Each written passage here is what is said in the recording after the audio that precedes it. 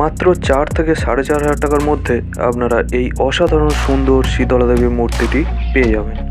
এখানে সম্পূর্ণ কাজটাই করা হয়েছে মাটির কাজের উপর।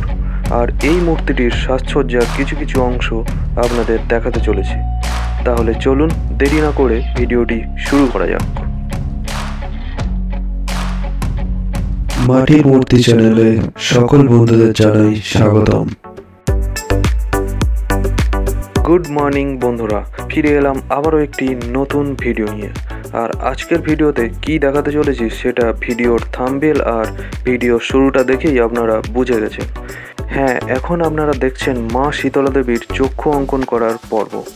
চক্ষু অঙ্কন করার কিছু সূক্ষ্ম সূক্ষ্ম কাজ আপনাদের দেখাবো। আর আজ আমরা শিল্পী হিসাবে পেয়ে গেছি এই মা মনসা শিল্পালয়ের প্রধান কর্মকর্তা সনদ বৈদ্য মহাশয়কে। আপনারা পুরো ভিডিওটি দেখতে থাকুন, আর ভিডিওটি ভালো লাগলে চ্যানেলটি অবশ্যই সাবস্ক্রাইব করে রাখবেন।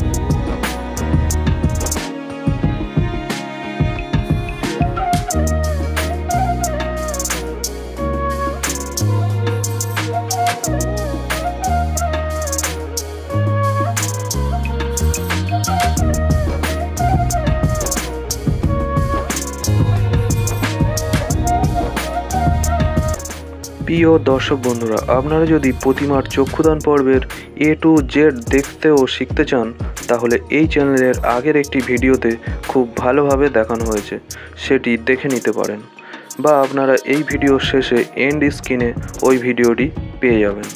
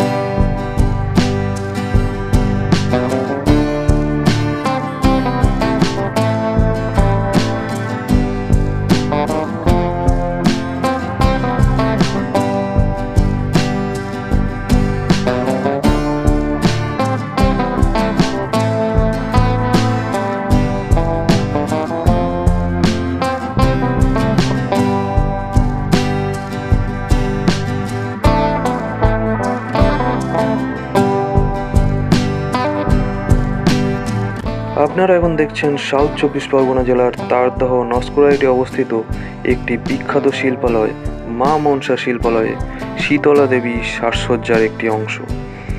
এখানে মূর্তিটির চালির ফাঁকা অংশগুলো নীল রং দিয়ে ভরে দেওয়া হচ্ছে। আর এই শিল্পীটিকে চিনতে পারছেন কিনা কমেন্টে অবশ্যই জানাবেন।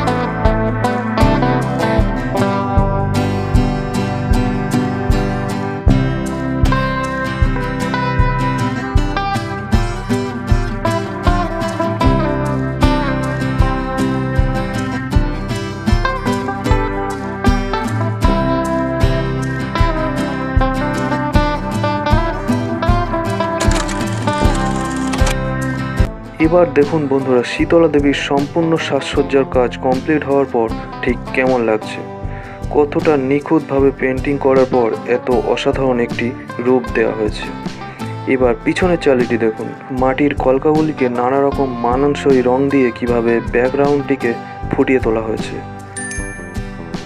আর এবার দেখুন শীতলা মূর্তির সম্পূর্ণ মাটির শাড়িটিকে কিভাবে নকশা আঁকা হয়েছে। এই নকশার কাজগুলি কিভাবে করা হয়েছে সেটি দেখতে হলে কমেন্টে অবশ্যই জানাবেন। ধন্যবাদ, ভালো থাকুন।